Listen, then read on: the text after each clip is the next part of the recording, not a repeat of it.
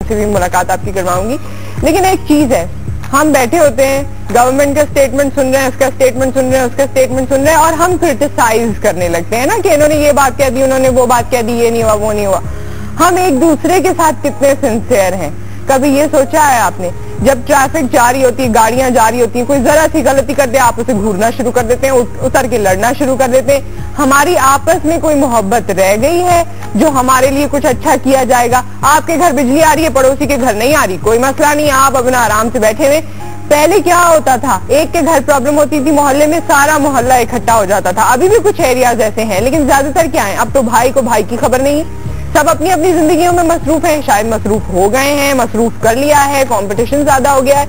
ये भी तो चीज है ना, हम क्रिटिसिज्म तो बहुत करते हैं कि ये ऐसा, वो ऐसा, इसने ये कहा, इन्होंने नहीं किया, उन्होंने ये किया, उन्होंने नहीं किया, हुकूमत को ये करना चाहिए था, फलाने को ये करना चाहिए था। हमें क्या करना चाहिए? इतनी जगहों पे हम एक दूसरे को तकलीफ देते हैं, कितनी जगहों पे देते हैं, हर जगह एक दूसरे को तकलीफ तकलीफ तकलीफ, ना बर्दाश्त है, ना किसी के लिए प्यार है, ना किसी के लिए सच्चाई है। उसके बाद बदले में आपको क्या मिलेगा? यही टेंशनें ही मिलेंगी, यही टेंशन जो मिलेंगी।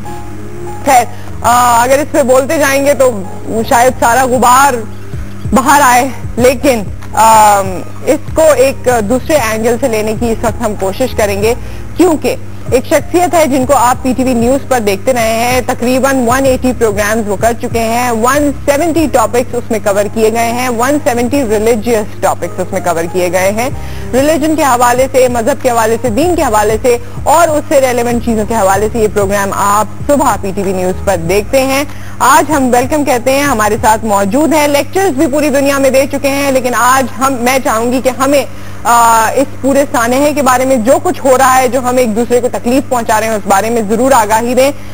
मैं वेलकम कहूंगी और सलाम पेश करूंगी, अल्लामा शफात रसूल साहब हमारे साथ मौजूद हैं। अस्सलाम वालेकुम। वालेकुम अस्सलाम। कैसे हैं सर आप? अल्हम्दुलिल्लाह। आपने ये सूरत हाल देखी कराची में, जो कुछ हो रहा है, क्या कहेंगे आप? कराची की जो सूरत हाल है, बैसियत एक मजहब इस्लाम के जी, इसका कोई जवाज नहीं, क्योंकि नबी पाक सल्लल्लाहु अलैहि वसल्लम ने इरशाद फरमाया कि तुम अपने मुसलमान भाई के लिए वही कुछ पसंद करो जो अपने लिए पसंद करते हो। तो हर इंसान अपने लिए अमन, मोहब्बत, तहफ़्फ़ुज़, रिज़्क़, ये इन चीज़ों को पसंद करता है।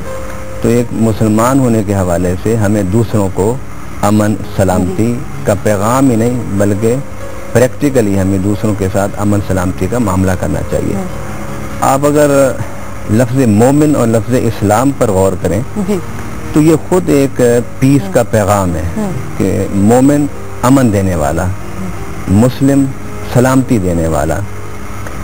मेरा नहीं ख्याल कि कोई भी मजहब बिल उमूम और मजहब इस्लाम बिल खुसूस इंसानियत को खौफ, दहशतगर्दी, तशद्दुद, वहशत इसकी तरफ ले जाता हो। और दूसरी बात, बहसियत एक इंसान के, इस्लाम क्योंकि अल्लाह का दिया हुआ एक दीन है, एक नजरिया हयात है, और अल्लाह ताला पूरी इंसानियत का खालिक है।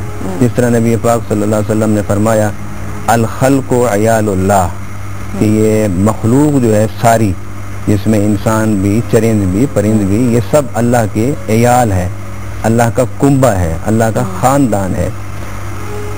तो जब इस्लाम ने इतना वसी एक तस्वुर दिया है, इसमें सिर्फ मुसलमान ही नहीं बल्कि जो गैर मुस्लिम अक़लियतें हैं उनके हवाले से भी हमें तहफ़्फ़ुज़ देना होगा।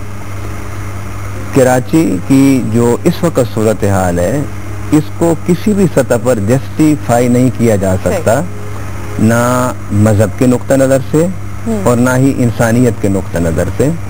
और मैं अपने पाकिस्तानी भाइयों को, मुसलमान भाइयों को ये दावत फ़िक्र दूंगा कि अगर हम लोग इस तशद्दुद के जो वाक़यात हैं, जुल्म के जो वाक़यात हैं और निहत्ते और मजलूम शहरियों पर जो हम तशद्दुद कर रहे हैं, ये दुनिया में भी इसका अल्लाह ताला ज़रूर मुआख़ज़ा करेगा और आखिरत में तो होना ही है इसका मुआख़ज़ा।